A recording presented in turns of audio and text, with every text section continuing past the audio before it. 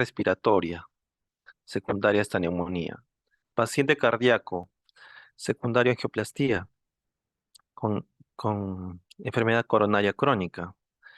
Este paciente, ustedes van a estar en algún momento frente a este tipo de pacientes. ¿Considerarían en este tipo de paciente realizar algún tipo de rehabilitación? ¿Qué dicen ustedes?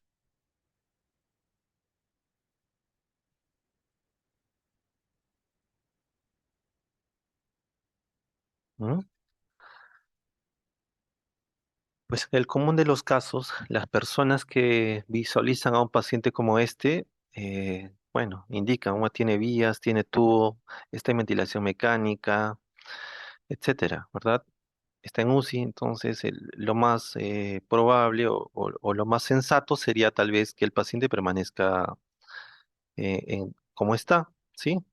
Pero sabemos las complicaciones de permanecer mucho tiempo en ventilación mecánica.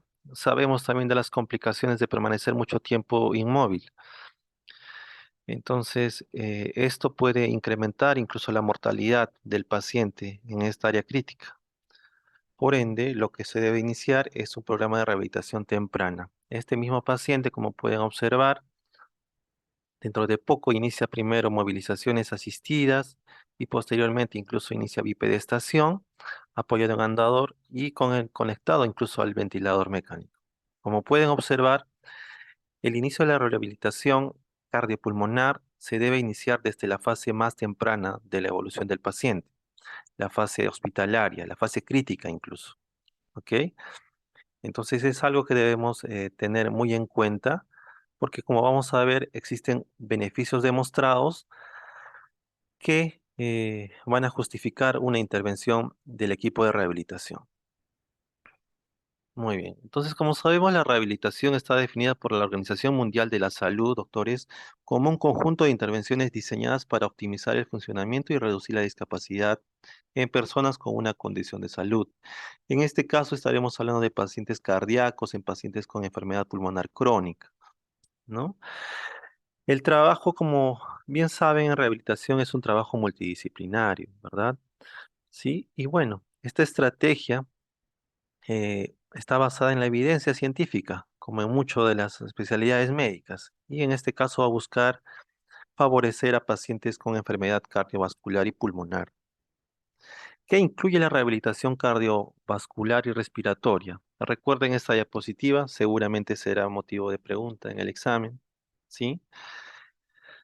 En el centro, el paciente. ¿Qué debemos incluir en un programa de rehabilitación respiratoria? ¿Sí? La participación, claro, del ejercicio como base fundamental, es tal vez lo primero que se nos viene a la mente, ejercitar a nuestros pacientes cardíacos pulmonares para mejorar su estado físico, sí, por supuesto. Y vamos a ver más adelante los beneficios del ejercicio.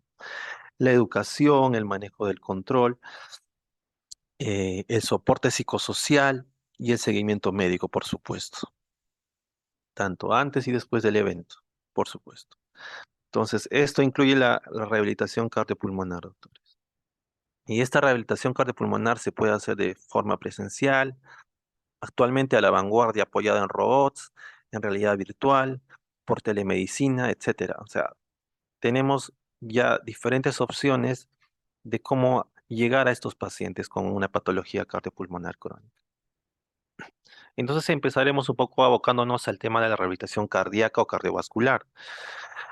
Y la rehabilitación cardíaca se nos menciona en esta diapositiva que es un componente esencial en la prevención secundaria de un paciente con una patología cardíaca, justamente, y que busca mejorar su funcionamiento. Concepto general de rehabilitación, ¿verdad? En rehabilitación hablamos siempre de mejorar la funcionalidad y en rehabilitación, perdón, en rehabilitación cardiopulmonar no va a ser la excepción, ¿sí?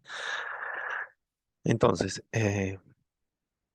las diferentes investigaciones han demostrado la evidencia científica eh, de darle importancia a la rehabilitación cardíaca como parte del tratamiento de un paciente cardíaco. Y estos pues confirman la necesidad del ejercicio, del apoyo psicosocial y la educación, justamente los componentes que mencionábamos anteriormente.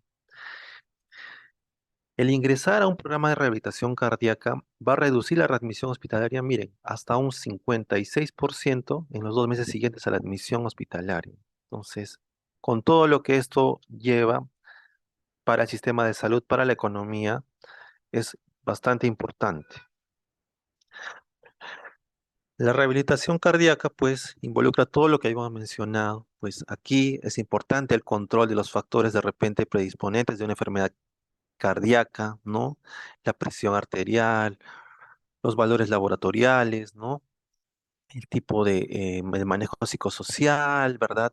El ejercicio como parte fundamental, la dieta, etcétera. Todo eso se involucra en rehabilitación cardíaca, ¿sí? El trabajo del equipo multidisciplinario se pone a prueba también aquí y como yo se los menciono, cuando estamos en prácticas, contamos con diferentes profesionales justamente para lograr esto, ¿sí?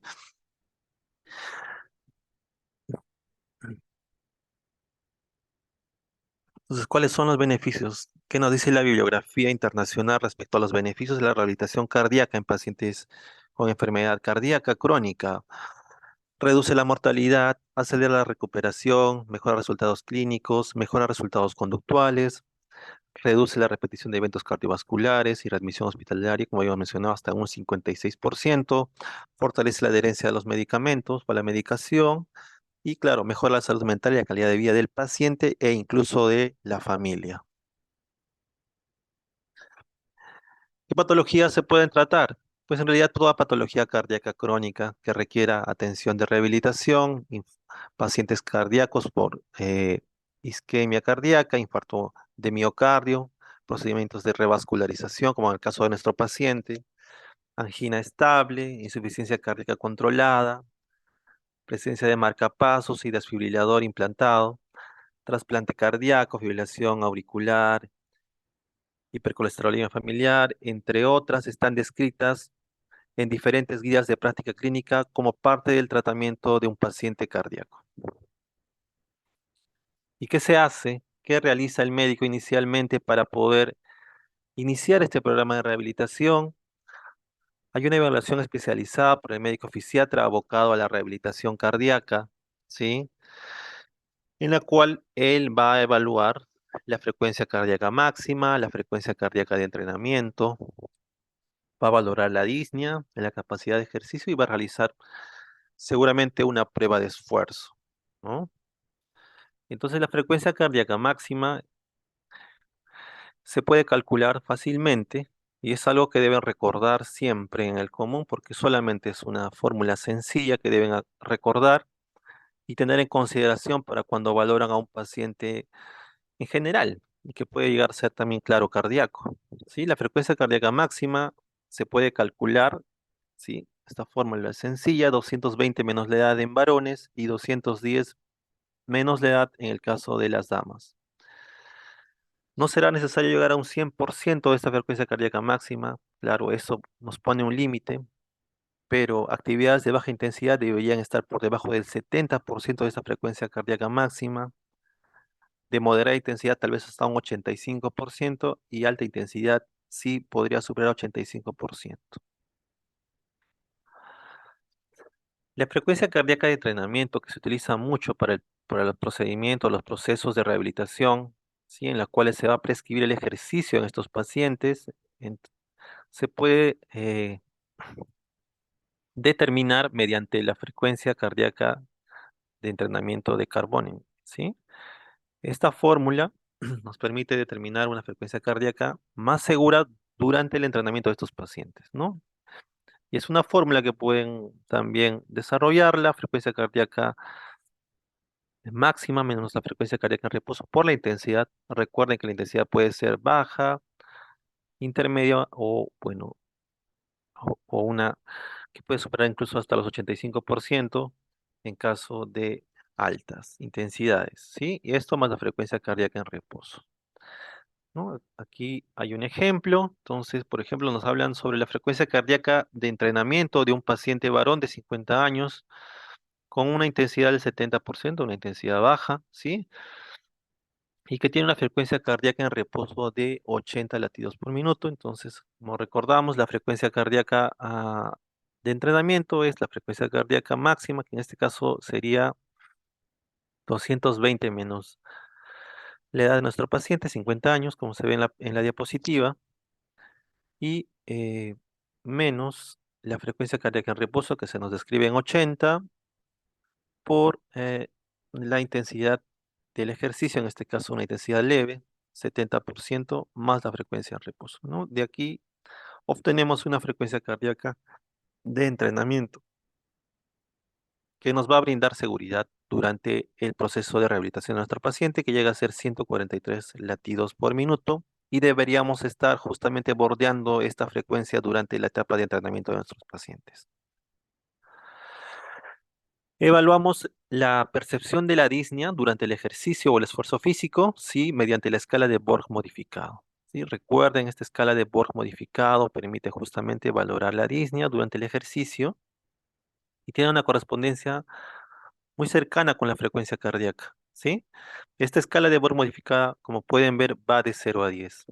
0, hay claramente una tolerancia porque estamos en reposo.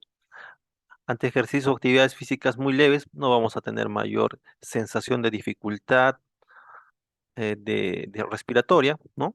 1, 2, lo que se recomienda principalmente siempre es estar en este rango de escalas entre 0 a 2 o hasta 3 tal vez para una actividad física de un paciente cardíaco.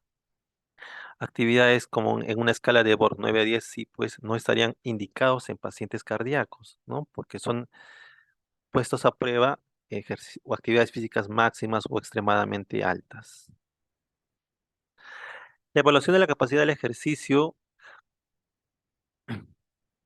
se puede evaluar también con la prueba de la marcha de los 6 minutos, ¿sí? ¿Se me escucha, doctores? Sí, doctor. Ok, Sí, doctor. perfecto. Entonces continuamos. Estábamos hablando de la evaluación especializada en rehabilitación cardíaca entonces, y ahora estábamos hablando de la prueba de la marcha de los 6 minutos que nos permite evaluar la capacidad del ejercicio del paciente. Como bien describe el nombre, se realiza una prueba de caminata de 6 minutos en la cual vamos a medir la capacidad de la distancia máxima que puede recorrer el paciente en este tiempo, ¿no? Como pueden ver, se realiza en un pasillo, en la imagen, ¿sí? Dependerá, claro, de cada paciente y a la par evaluamos simultáneamente siempre la frecuencia cardíaca, la saturación de oxígeno y el grado de disnea mediante la escala de Borg modificado. La frecuencia cardíaca, siempre recuerden, hay que considerar frecuencia cardíaca máxima, ¿sí? No se olviden de eso.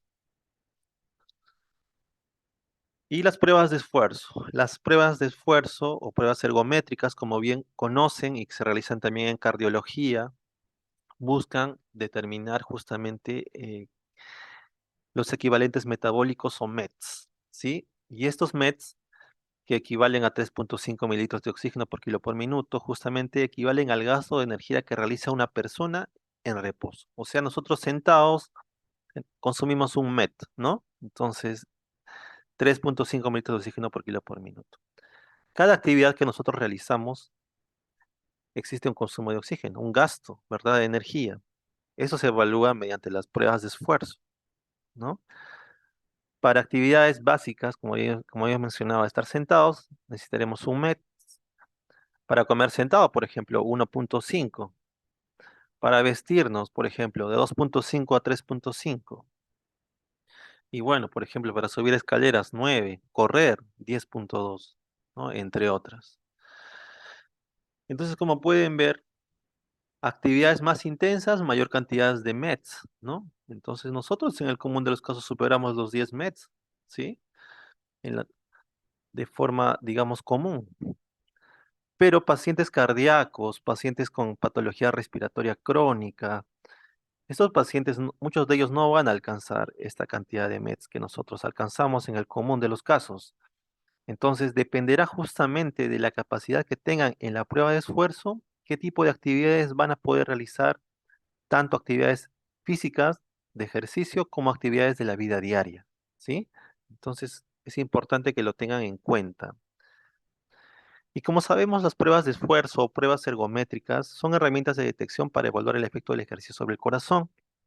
Evalúan la eficiencia del miocardio Y bueno, son pruebas de tolerancia al ejercicio, ¿no? Si bien las pruebas de esfuerzo en cardiología se usan mucho, por ejemplo, para determinar si existe una cardiopatía isquémica, si existe alguna arritmia cardíaca o la respuesta del corazón hacia ciertos fármacos, en rehabilitación, principalmente el objetivo de las pruebas de esfuerzo es el determinar la seguridad de iniciar un programa de rehabilitación en estos pacientes.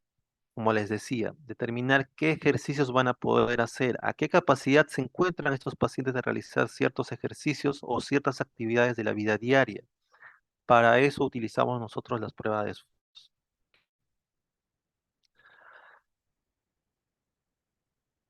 Existen dos formas para efectuar las pruebas de esfuerzo.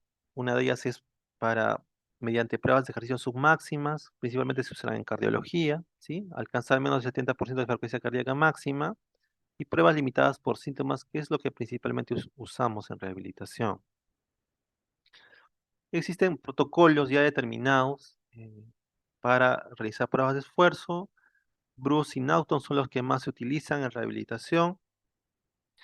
El protocolo de Bruce está diseñado para pacientes con capacidad física normal o levemente disminuida. Como pueden ver, consta de varias etapas.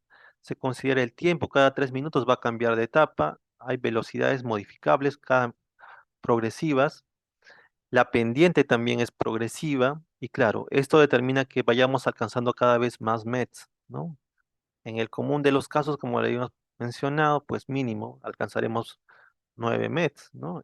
En el peor de los casos, una persona sana, ¿sí? En pacientes mayores o que se encuentren con desacondicionamiento físico, como la gran mayoría de nuestros pacientes, lo que utilizamos es una variación del protocolo de Bruce, que es el protocolo de Bruce modificado, justamente, y que como pueden visualizar, a diferencia del protocolo de Bruce tradicional, el Bruce modificado tiene cambios de velocidades mucho más lentas de acuerdo a la etapa, 2.7 kilómetros por hora en la primera, segunda, tercera etapa, y luego va progresando, y la pendiente también cada vez es menor, como pueden visualizar.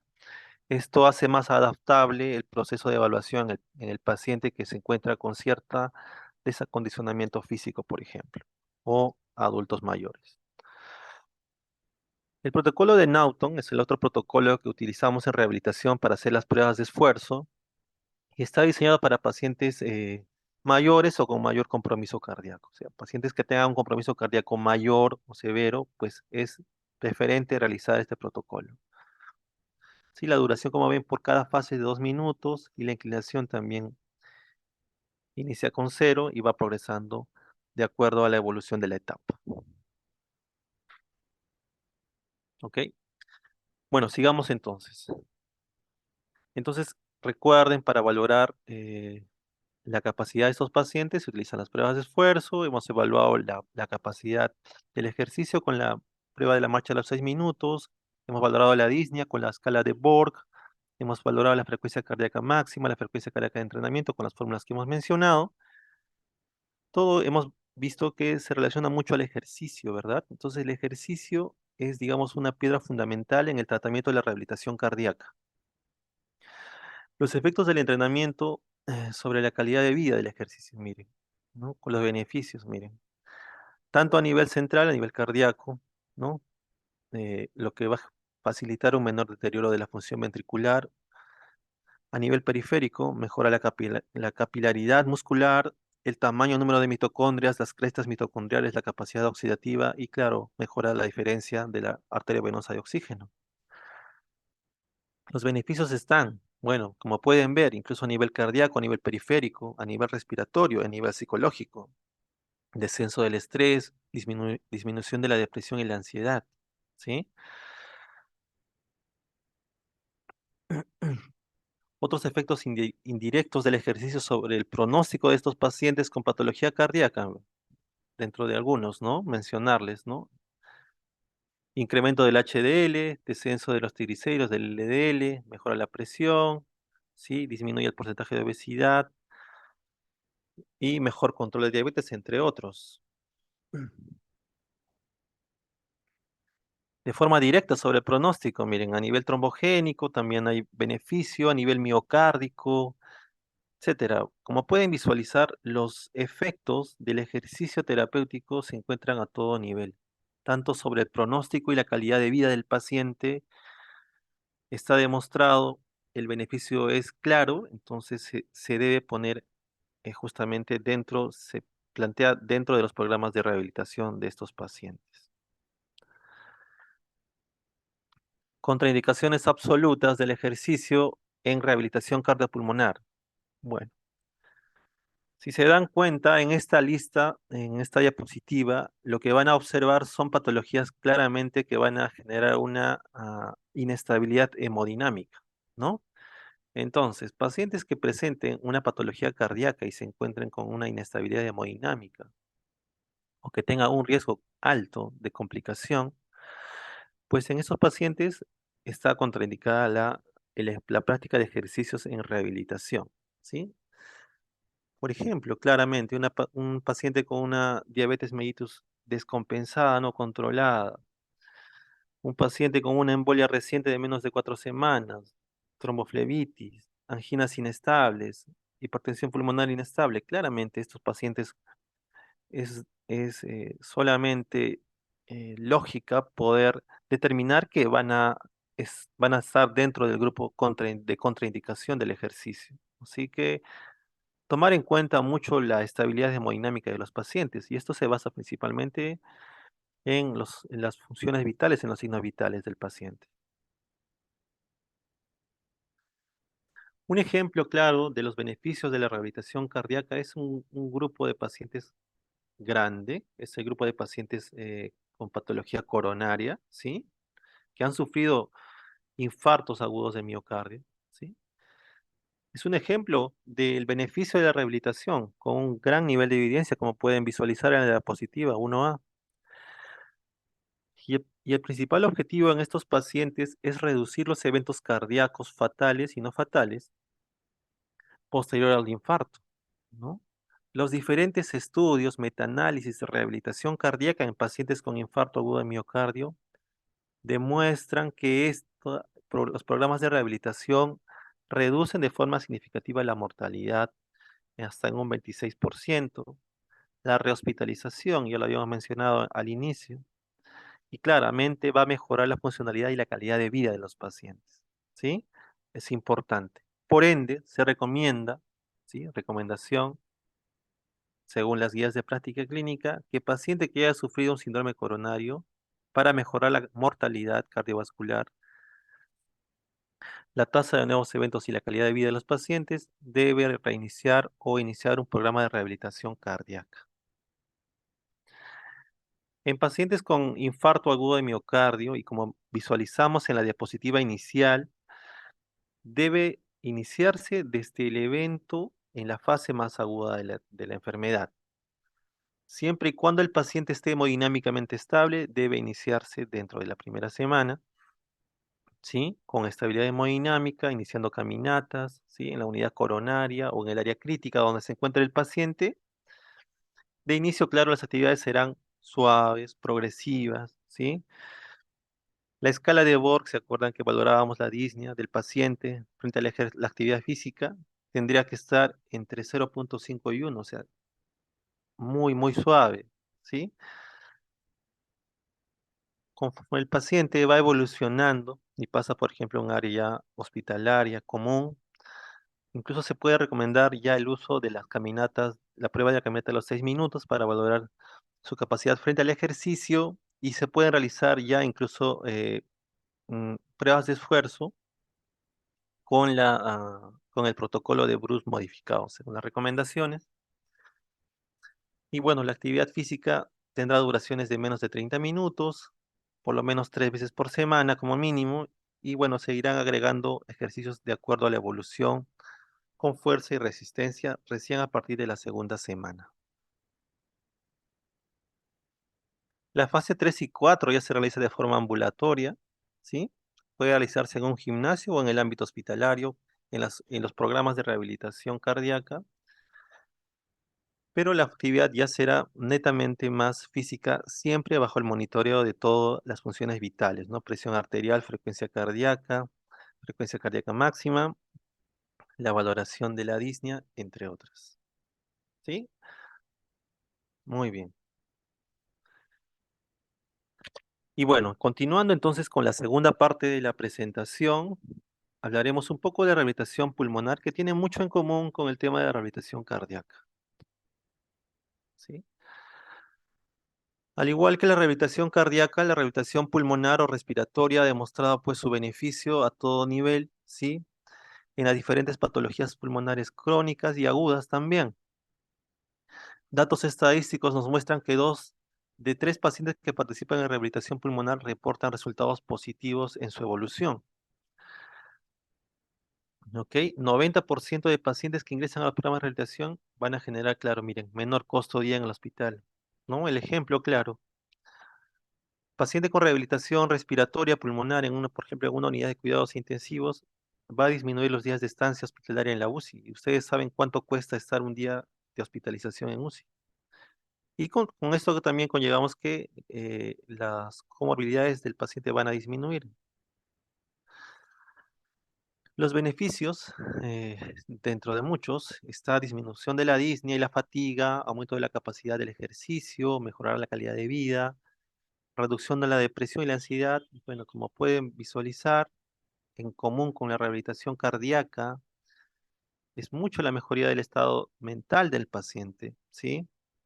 Porque es un compromiso importante en estos pacientes con patología crónica. La participación de la rehabilitación pulmonar después de una exacerbación reduce la tasa de reingreso al 16% en comparación al 40%, por ejemplo, en un grupo control, ¿no? Entonces también reduce la tasa de reingresos al igual que la rehabilitación cardíaca. ¿Qué patologías? En realidad se pueden tratar todas patologías, ¿sí? Que ameriten atención en rehabilitación con un compromiso de repente importante, ¿sí? Patología respiratoria, ¿no? Que con una disnea importante y que limite la actividad física. Claramente los pacientes con enfermedades obstructivas como los EPOC, bronquiectasias, pacientes en trasplante pulmonar, enfermedad pulmonar intersticial, asma, hipertensión pulmonar, claramente, y se hizo bastante conocido y por la COVID-19, ¿verdad? Y otras patologías que pues generen síntomas, ¿no?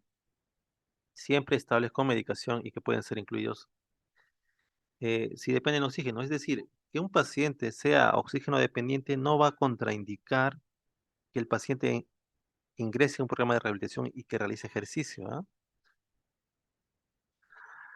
Al igual que en la rehabilitación cardíaca, hay que valorar al paciente inicialmente, ¿sí? Una valoración clínica general de rehabilitación médica se realiza de inicio y luego, claro, valoramos algo más orientado hacia lo que estamos haciendo.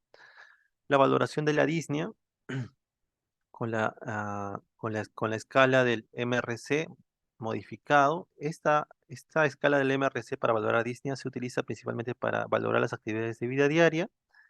Y para el esfuerzo físico habíamos mencionado la escala de Borg modificada, ¿ves? Aquí también se vuelve a utilizar, se usa mucho en lo que es rehabilitación cardíaca y pulmonar. Para valer capacidad del ejercicio, la prueba de marcha de los 6 minutos será la prueba indicada. Esta es la escala de disnea modificada, el MRC. Recuerden, se usa para valorar disnea en actividades de vida diaria, ¿ok? Va del 0 al 4. Grado 0, como pueden ver, ausencia de disnea, hasta el grado 4, donde la disnea va a impedir, por ejemplo, que el paciente pueda salir incluso de su hogar, ¿no? Y que no pueda ni siquiera hacer actividades tan básicas como vestirse. La escala de Borg modificado, habíamos mencionado, se usa para valorar la disnea en el esfuerzo físico o en el ejercicio. La prueba de los marcha de los 6 minutos, también lo mencionamos durante la evaluación en un paciente cardíaco. Aquí también se realiza para estos pacientes con patología pulmonar aguda o crónica que meriten una evaluación de su capacidad frente al ejercicio, también se puede realizar. Y bueno, les había mencionado, pues, ¿no? La rehabilitación pulmonar o respiratoria se puso muy en vitrina gracias a la enfermedad o al tiempo de pandemia por la COVID-19, ¿verdad?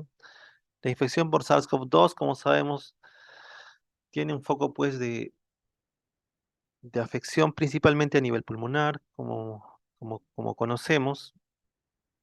Y bueno, entonces la rehabilitación respiratoria estará indicada para este grupo de pacientes, y así se hizo, y se hace actualmente todavía en algunos pacientes que todavía padecen de esta infección o secuelas producto de la infección por SARS-CoV-2.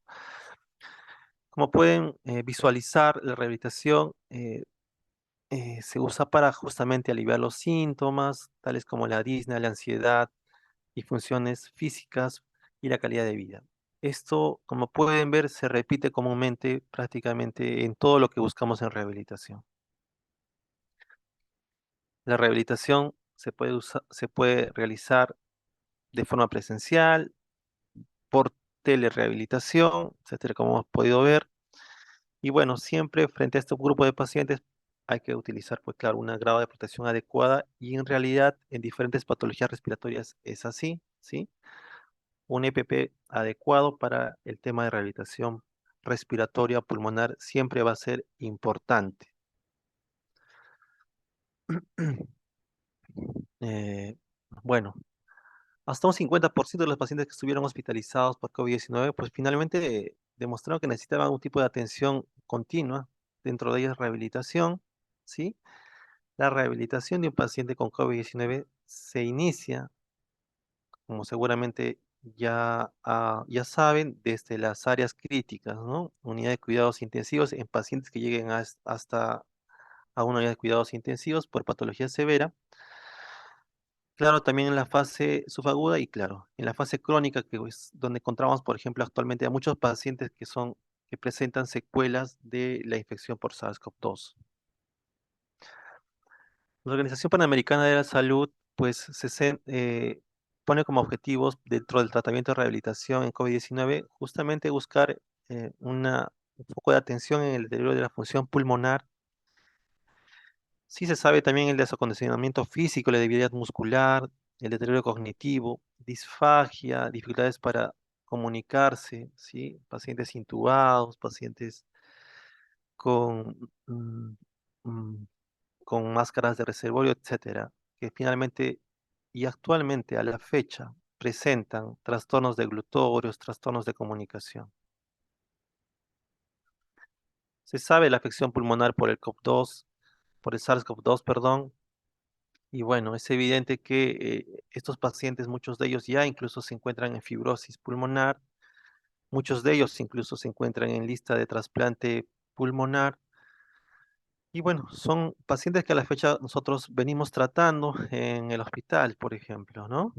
Esto ya se sabía desde un inicio, incluso conociendo datos de las infecciones por SARS y MERS, que mostraban pues que hasta el 30% de supervivientes con infecciones severas terminaba finalmente con fibrosis pulmonar. Hay algunos criterios que van a determinar la inclusión en rehabilitación respiratoria en pacientes con SARS-CoV-2, principalmente pacientes que presentan neumonía, ¿sí? O que tienen dificultad para eliminar secreciones y que tengan cambios radiográficos considerables, ¿sí? Asimismo, pues deben cumplir con ciertos criterios de seguridad para poder realizar una intervención de rehabilitación. Estos criterios deben eh, evaluarse tanto a nivel respiratorio, nervioso, cardiovascular y otros.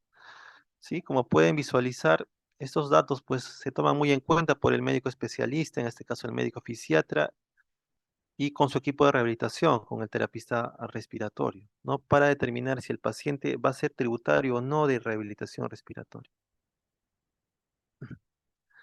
La rehabilitación en pacientes con COVID-19 va a tener por finalidad facilitar la eliminación de secreciones traqueobronquiales, disminuir la resistencia de la vía aérea, reducir el trabajo respiratorio, mejorar el intercambio gaseoso y, claro, aumentar la tolerancia al ejercicio, ¿no? Les había mencionado que la rehabilitación de un paciente con SARS-CoV-2, con neumonía por SARS-CoV-2, con insuficiencia respiratoria, en el caso de que el paciente amerite, se va a iniciar desde el área hospitalaria. e incluso, como les mencioné, desde el área crítica, desde la UCI, mm, desde que el paciente se encuentra en ventilación mecánica y el objetivo sea justamente facilitar el proceso de separación del ventilador mecánico. Entonces, en el ámbito hospitalario, ujú, son diferentes técnicas que se van a utilizar y que usan los fisioterapeutas o los terapistas respiratorios para justamente lograr los objetivos que mencionamos anteriormente. Dentro de las técnicas más comúnmente usadas por los fisioterapeutas están las técnicas que buscan mejorar la higiene bronquial, pues obviamente hay aumento de secreciones, busca mejorar la expansión pulmonar, ¿sí? Y claro, también buscamos mejorar la musculatura respiratoria, ¿no? Entrenar la musculatura respiratoria incluso desde que el paciente se encuentra en ventilación mecánica, ¿sí? Entonces son dentro de las maniobras o ejercicios que se realizan, son los que comúnmente se usan para pacientes con patología respiratoria en general, ¿ya? Y claro, como en común también en pacientes con infección por SARS-CoV-2. Manejo de higiene bronquial, reexpansión pulmonar y entrenamiento de la musculatura respiratoria. Es lo más importante. En el ámbito ambulatorio, pues claro, se buscará mejorar el estado físico, ¿no? Mejorar en general tanto la parte respiratoria como la parte musculoesquelética, ¿sí? Todo orientado a mejorar las actividades de vida diaria, ¿sí? Se pueden utilizar agentes físicos, esos agentes físicos que ustedes ya conocieron, ¿no? Esto en atención ambulatoria presencial, recordando que hay afección en muchos de estos pacientes de patología musculoesquelética, ¿no? Debe tratarse también tanto la parte cardiopulmonar y también la parte musculoesquelética. Bueno, algunos datos para conocer. Bueno, sabemos que hasta 78% hay descrito de afección cardíaca en pacientes con SARS-CoV-2. Será importante entonces enfocarnos también en la rehabilitación cardíaca de estos pacientes, ¿no? Se debe proporcionar, como se pueden ver, recuerda las recomendaciones internacionales, programas de rehabilitación cardíaca para este grupo de pacientes, ¿sí? Tomando en cuenta justamente lo mencionado en la primera parte de nuestra exposición. En pacientes que presentan o que son deportistas mm, de alto nivel, ¿no? O que realizan una ocupación exigente, pues algunos de ellos van a presentar miocarditis como complicación cardíaca. Bueno, entonces es importante determinar que debe haber un descanso completo de 3 a 6 meses, como pueden visualizar, con reevaluaciones periódicas durante los 2 primeros años, ¿no? Esto ha sido bastante descrito en la bibliografía, incluso se conoce, por ejemplo, de casos bien llamativos como el caso de Sergio Agüero, que sufrió una miocarditis secundaria a infección por SARS-CoV-2 y que le llevó finalmente a dejar la práctica profesional del fútbol, ¿no?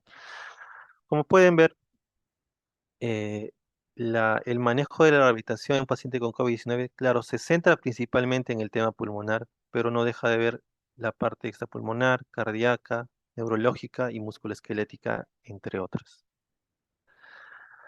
Muy bien, chicos, hasta aquí la presentación. No sé si tienen por aquí alguna pregunta para poderla responder.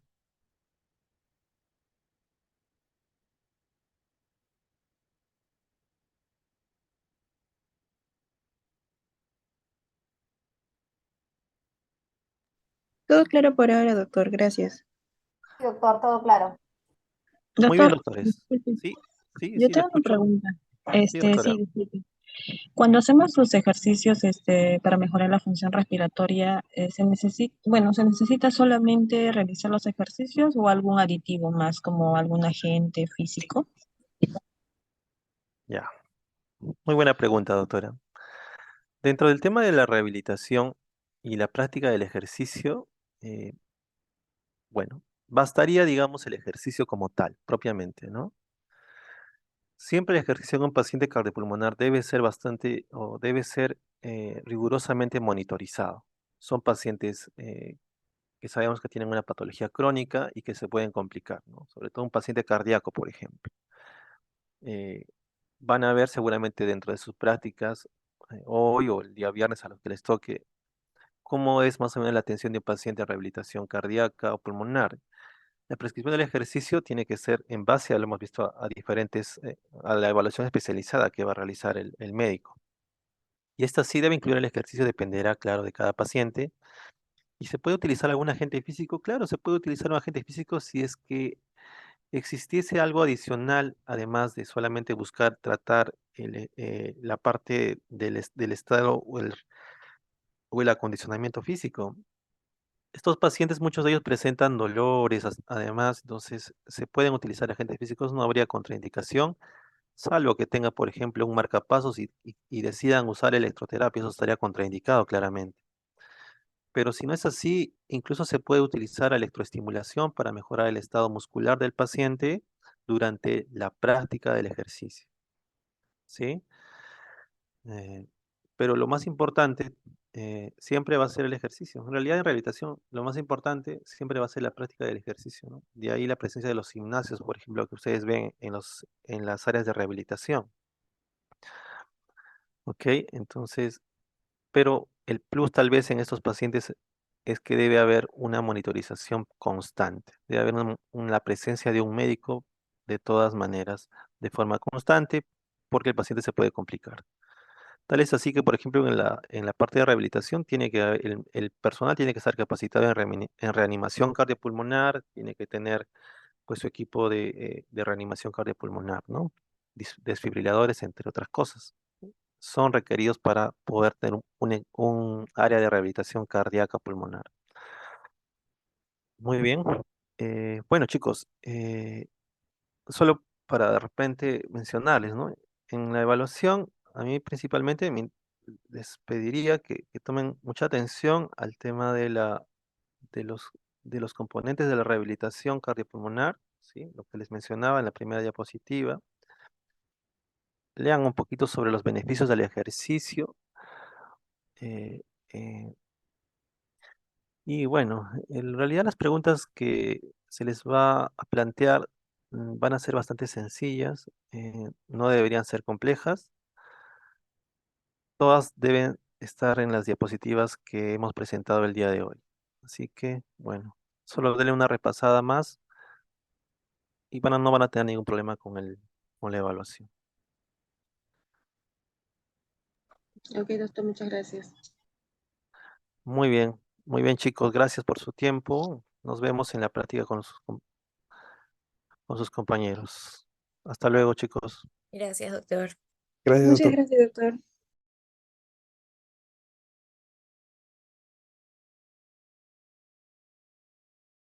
Recording stopped.